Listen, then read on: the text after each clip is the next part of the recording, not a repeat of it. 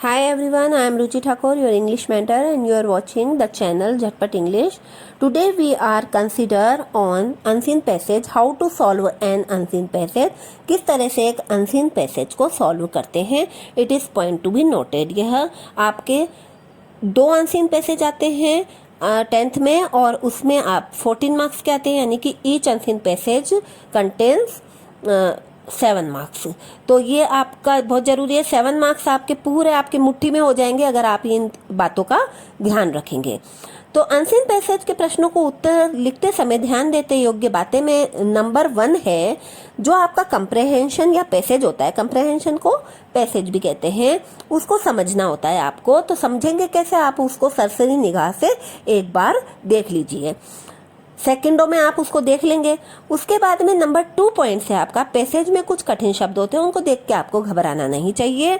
जो शब्द आपको समझ में आते हैं, आप 10th में आ गए हैं तो आपकी वोकेबलरी इतनी तो हो गई है कि आपको काफ़ी ज़्यादा शब्द जो है, इंग्लिश के वर्ड्स जो हैं वो समझ में आते हैं. तो जो शब्द आपको समझ में आते हैं उन्हीं के आधार पर आप जो पैसेज है उसका अर्थ माइंड में निकाल लीजिए कि ये इस पैसेज का अर्थ है.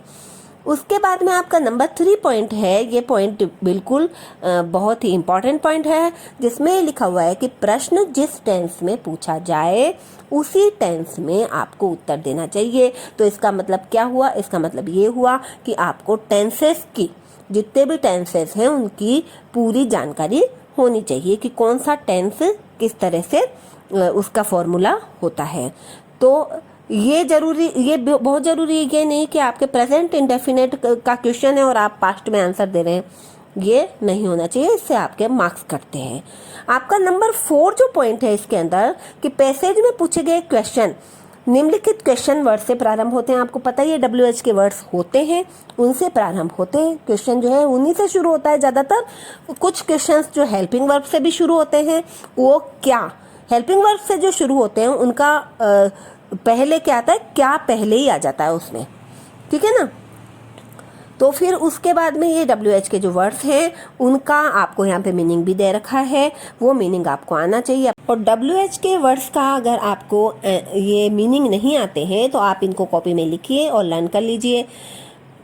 इस प्रकार आपको ये पता चल गया है कि how to solve an unseen passage को किस तरह से सॉल्व किया जाता है. If you like this video then share and subscribe to my channel. Thank you.